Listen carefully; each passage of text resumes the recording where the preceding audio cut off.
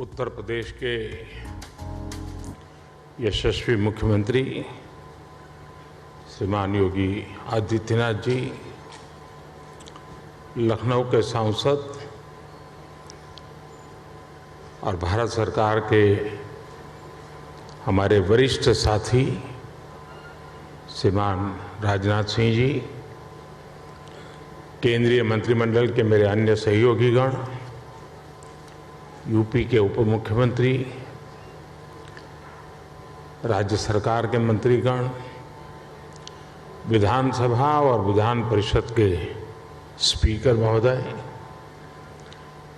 यहाँ उपस्थित उद्योग जगत के सभी साथी, अन्य महानुभाव, देवी और सज्जनों, सबसे पहले तो मैं उत्तर प्रदेश के सांसद के नाते, काशी के सांसद के नाते निवेशकों का स्वागत करता हूं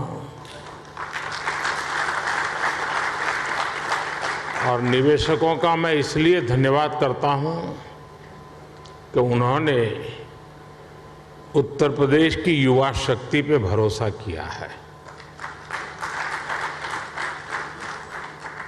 उत्तर प्रदेश की युवा शक्ति में वो सामर्थ्य है कि आपके सपनों और संकल्पों को नई उड़ान, नई ऊंचाई देने का सामर्थ्य उत्तर प्रदेश के नौजवानों में है। और आप जिस संकल्प को लेकर के आए हैं, उत्तर प्रदेश के नौजवानों का परिश्रम, उनका पुरुषार्थ, उनका सामर्थ्य, उनकी समझ, उनका समर्पण आपके सभी सपने संकल्पों को सिद्ध करके रहेगा, ये मैं आपको विश्वास दिलाता हूं। काशी का सांसद हूं तो एक सांसद के नाते मैं ये लोभ छोड़ नहीं सकता हूं, मोह छोड़ नहीं सकता हूं।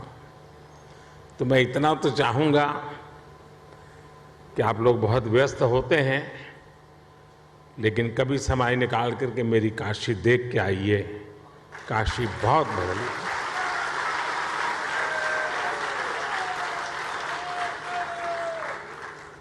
काशी बहुत बदल गई है। विश्व की ऐसी नगरी अपनी पुरातन सामर्थ्य के साथ नए रंग रूप में सज सकती हैं, ये उत्तर प्रदेश की ताकत का जीता जागता उदाहरण है।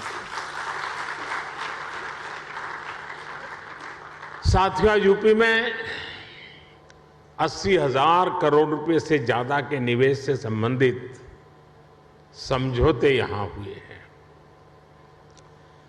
ये रिकॉर्ड निवेश यूपी में रोजगार के हजारों नए अवसर बनाएगा। ये भारत के साथ ही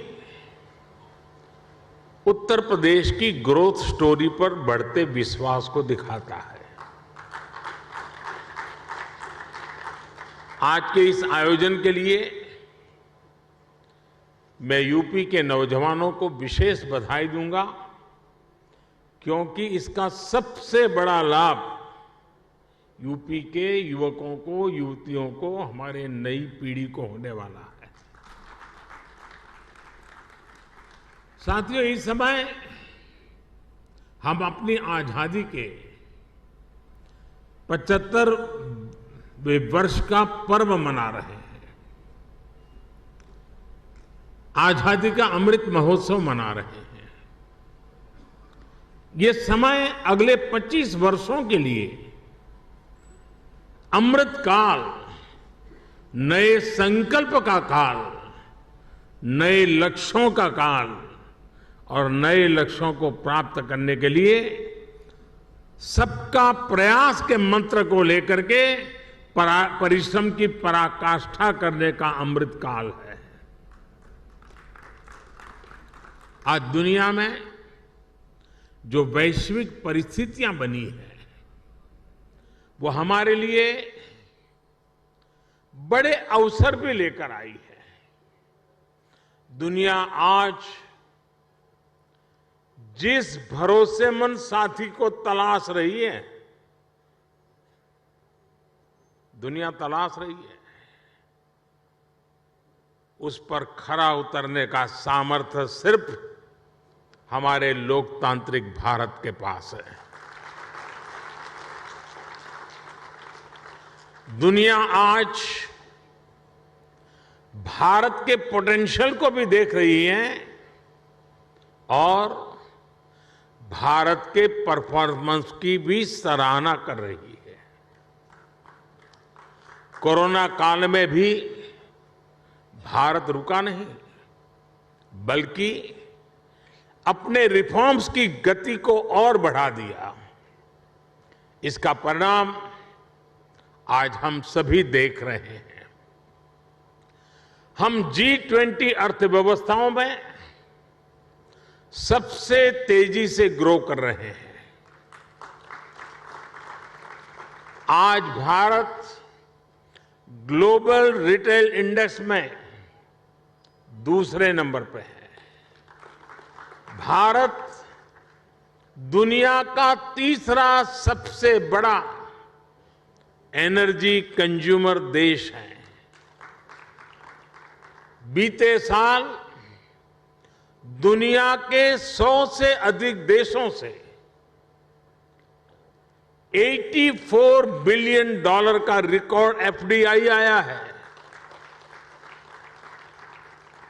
भारत ने बीते वित्तीय वर्ष में $417 बिलियन यानी 30 लाख करोड़ रुपए से ज्यादा का मर्केंडाइज एक्सपोर्ट करके नया रिकॉर्ड बनाया है। साथियों, एक राष्ट्र के रूप में अब ये समय अपने साझा प्रयासों को कई गुना अधिक बढ़ाने का है। एक ऐसा समय है जब हम अपने फैसलों को सिर्फ 1 साल या 5 साल को देखते हुए सीमित नहीं रख सकते। भारत में एक मजबूत मैन्युफैक्चरिंग इकोसिस्टम, एक मजबूत और डाइवर्स वैल्यू और सप्लाई चेन विकसित करने के लिए हर किसी का योगदान आवश्यक है।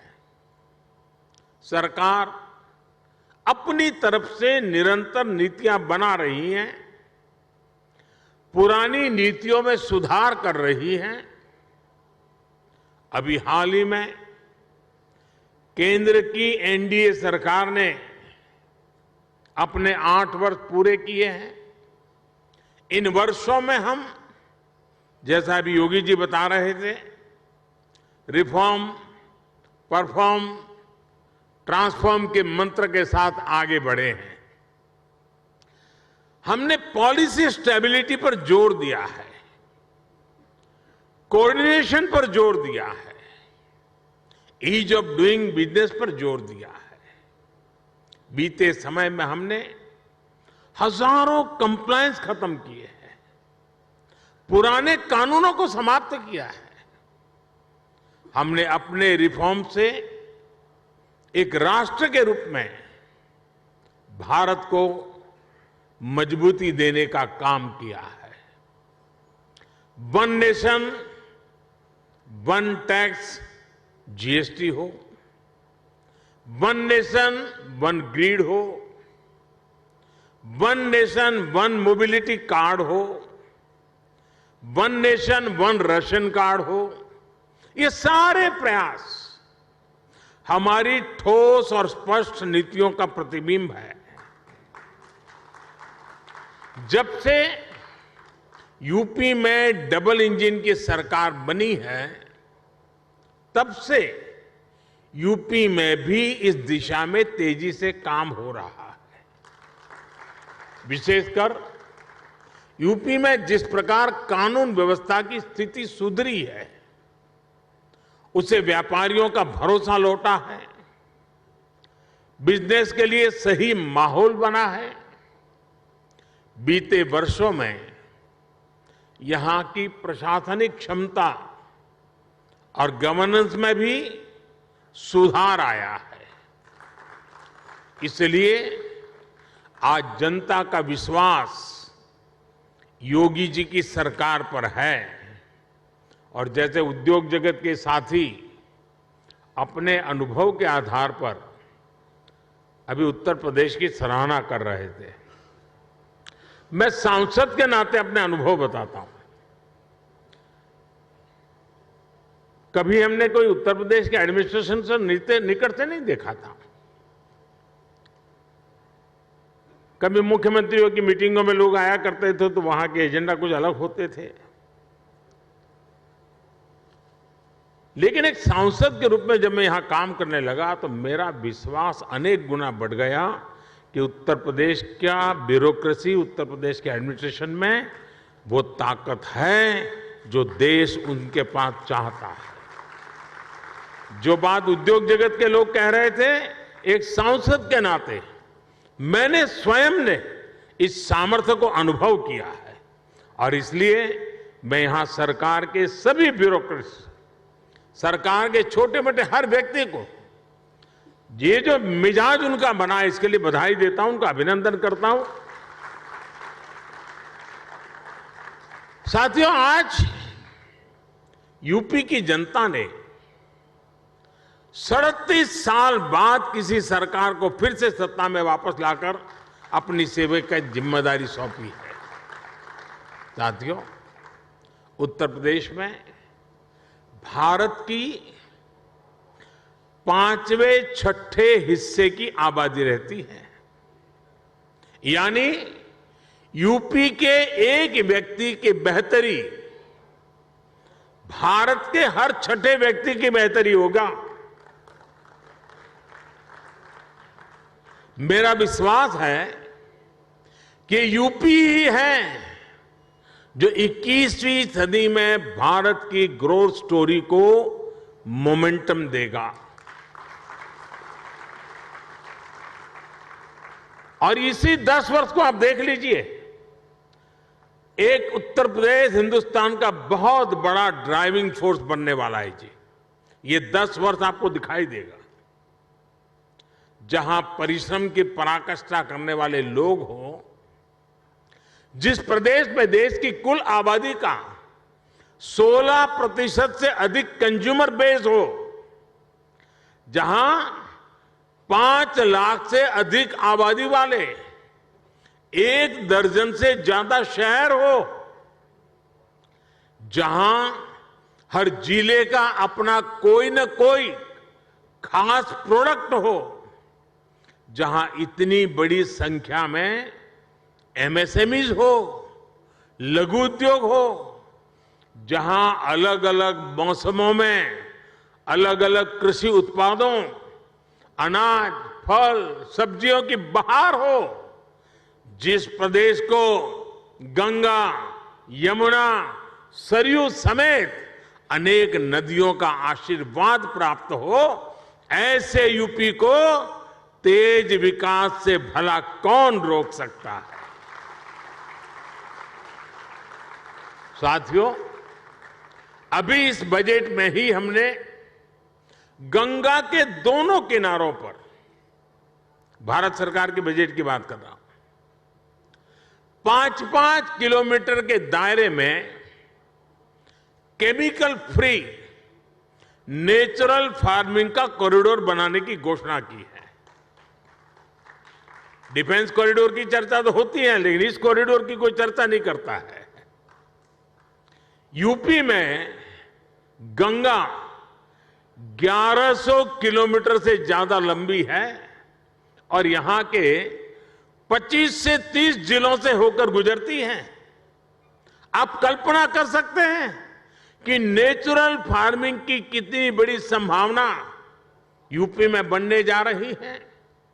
यूपी सरकार ने कुछ वर्ष पहले अपनी फूड प्रोसेसिंग नीति भी घोषित की है। मैं समझता हूं कॉरपोरेट वर्ल्ड के लिए, और यहां जो उद्योग जगत के लोग हैं उनसे मैं आग्रहपूर्वक इस विषय पर कहना चाहता हूं, कॉरपोरेट वर्ल्ड के लिए इस समय एग्रीकल्चर में इन्वेस्टमेंट की एक गोल्डन अपॉर्चुनिटी है। साथियों, तेज विकास के लिए हमारी डबल इंजन की सरकार इंफ्रास्ट्रक्चर, इन्वेस्टमेंट और मैन्युफैक्चरिंग तीनों पर एक साथ काम कर रही है। इस साल के बजट में 7.5 लाख करोड़ रुपए के अभूतपूर्व कैपिटल एक्सपेंडिचर का एलोकेशन इसी दिशा में उठाया गया कदम है। मैन्युफैक्चरिंग को बढ़ावा देने के लिए हमने पीएलआई स्कीम्स घोषित की हैं, जिनका लाभ आपको यहां यूपी में भी मिलेगा। यूपी में बन रहा डिफेंस कॉरिडोर भी आपके लिए बेहतरीन संभावनाएं लेकर आ रहा है। भारत में आज डिफेंस मैन्युफैक्चरिंग पर जितना जोर दिया जा रहा है उतना पहले कभी नहीं दिया गया। आत्मनिर्भर भारत अभियान के तहत हमने बड़ी हिम्मत के साथ फैसला किया है। हमने 300 चीजें ऐसी आइडेंटिफाई की हैं और हमने निर्णय किया है कि ये 300 चीजें अब विदेश से नहीं आएगी। यानी मिलिट्री इक्विपमेंट से जुड़ी हुई ये 300 चीजें हैं। मतलब डिफेंस के क्षेत्र में जो मैन्युफैक्चरिंग में आना चाहते हैं उनके लिए इन 300 प्रोडक्ट के लिए तो मार्केट, एश्योर्ड मार्केट अवेलेबल है। इसका भी आपको बहुत ज्यादा लाभ मिलेगा। साथियों, हम मैन्युफैक्चरिंग और ट्रांसपोर्ट जैसे पारंपरिक बिजनेस की डिमांड को पूरा करने के लिए फिजिकल इंफ्रास्ट्रक्चर को आधुनिक बना रहे हैं।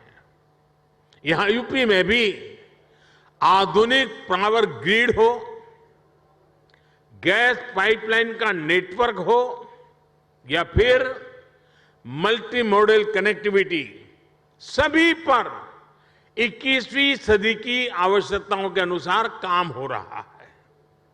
आज यूपी में जितने किलोमीटर एक्सप्रेसवे पर काम हो रहा है वो अपने आप में एक रिकॉर्ड है। आधुनिक एक्सप्रेसवे का सशक्त नेटवर्क उत्तर प्रदेश के सभी इकोनॉमिक जोन्स को आपस में कनेक्ट करने वाला है। जल्द ही यूपी की पहचान आधुनिक रेलवे इंफ्रास्ट्रक्चर के संगम के रूप में भी होने वाली है। ईस्टर्न और वेस्टर्न डेडिकेटेड फ्रेट कॉरिडोर यही यूपी में आपस में एक दूसरे से जुड़ने वाले हैं। जेवर समेत यूपी के 5 इंटरनेशनल एयरपोर्ट यहां की इंटरनेशनल कनेक्टिविटी को और मजबूत करने वाले हैं। ग्रेटर नोएडा का क्षेत्र हो या फिर वाराणसी, यहां 2 multi modal logistic transport hub का निर्माण भी हो रहा है। इंडस्ट्रियल स्ट्रेटेजी के हिसाब से, लॉजिस्टिक के हिसाब से यूपी देश के सबसे आधुनिक इंफ्रास्ट्रक्चर वाले राज्यों में शामिल हो रहा है। यूपी में बढ़ती हुई ये कनेक्टिविटी और बढ़ता हुआ इन्वेस्टमेंट यूपी के युवाओं के लिए अनेक नए अवसर लेकर आ रहा है। साथियों, आधुनिक इंफ्रास्ट्रक्चर के निर्माण में गति आए, इसके लिए हमारी सरकार ने पीएम गति शक्ति नेशनल मास्टर प्लान बनाया है। ये केंद्र सरकार, राज्य सरकार, अलग अलग विभाग, अलग अलग एजेंसियां, इतना ही नहीं, स्थानीय स्वराज की संस्थाओं तक को, सभी को एक साथ जोड़ना, उसी प्रकार से प्राइवेट सेक्टर, बिजनेस से जुड़े संस्थानों को एक प्लेटफॉर्म पर लाने का काम ये पीएम गति शक्ति योजना के द्वारा हो रहा है। इस प्लेटफॉर्म के माध्यम से किसी भी प्रोजेक्ट से जुड़े हर स्टेक होल्डर को रियल टाइम जानकारी मिलेगी। अपने अपने हिस्से का काम उसे कब तक पूरा करना है, उसकी प्लानिंग वो समय पर कर पाएगा। बीते 8 साल में प्रोजेक्ट्स को समय पर पूरा करने का जो नया कल्चर देश में विकसित हुआ है, उनको ये नए आयाम देगा। साथियों, बीते वर्षों में भारत ने जिस तेजी से काम किया है, उसका एक उदाहरण हमारी डिजिटल क्रांति है। 2014 में हमारे देश में सिर्फ 6.5 करोड़ ब्रॉडबैंड सब्सक्राइबर थे। आज इनकी संख्या 78 करोड़ से ज्यादा हो चुकी है। 2014 में 1 GB डेटा करीब करीब 200 रुपये का पड़ता था। आज इसकी कीमत घटकर 11-12 रुपये हो गई है।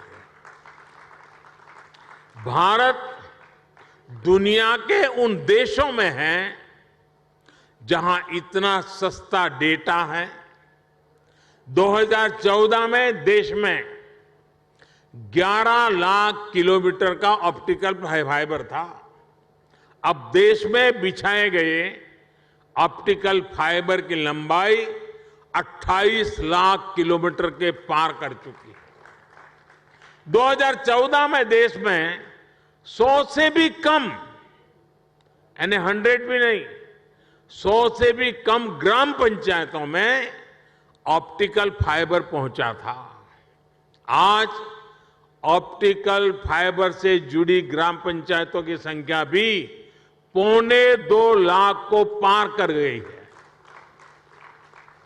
2014 में देश में 90,000 के आसपास ही कॉमन सर्विस सेंटर्स थे। आज देश में कॉमन सर्विस सेंटर्स की संख्या भी 4 लाख से ज्यादा हो गई है। आज दुनिया के डिजिटल ट्रांजैक्शन का करीब करीब 40% भारत में हो रहा है। दुनिया का 40%। किसी भी हिंदुस्तानी को गर्व होगा। जिस भारत को लोग अनपढ़ बताते हैं, वो भारत ये कमाल कर रहा है। हमने बीते 8 वर्षों में डिजिटल क्रांति के लिए जिस फाउंडेशन को मजबूत किया, उसी का नतीजा है कि आज अलग अलग सेक्टर्स के लिए इतनी संभावनाएं बन रही है। इसका बहुत बड़ा लाभ हमारे युवाओं को मिला है। 2014 से पहले हमारे यहां कुछ 100 स्टार्टअप ही थे, लेकिन आज देश में रजिस्टर्ड स्टार्टअप की संख्या भी 70,000 के आसपास पहुंच रही है। अभी हाल ही में भारत ने 100 यूनिकॉर्न का रिकॉर्ड भी बनाया है। हमारी नई इकोनॉमी की डिमांड को पूरा करने के लिए डिजिटल इंफ्रास्ट्रक्चर की मजबूती का बहुत लाभ आप लोगों को मिलने वाला है। साथियों, मैं आपको आश्वस्त करता हूं कि यूपी के विकास के लिए, आत्मनिर्भर भारत के निर्माण के लिए जिस भी सेक्टर में जो भी रिफॉर्म आवश्यक होंगे, वो रिफॉर्म निरंतर किए जाते रहेंगे। हम नीति से भी विकास के साथ हैं, निर्णयों से भी विकास के साथ हैं, नियत से भी विकास के साथ हैं और स्वभाव से भी विकास के साथ हैं। हम सब आपके हर प्रयास में आपके साथ होंगे और हर कदम पर आपका साथ देंगे। आप पूरे उत्साह से उत्तर प्रदेश की विकास यात्रा में शामिल हो। उत्तर प्रदेश के भविष्य का निर्माण आपके भविष्य को भी उज्जवल बनाएगा। ये विन विन सिचुएशन है। ये निवेश सभी के लिए शुभ हो, सभी को लाभ देने वाला हो। इसी कामना के साथ इति शुभम कहते हुए आप सभी को बहुत बहुत शुभकामनाएं। धन्यवाद।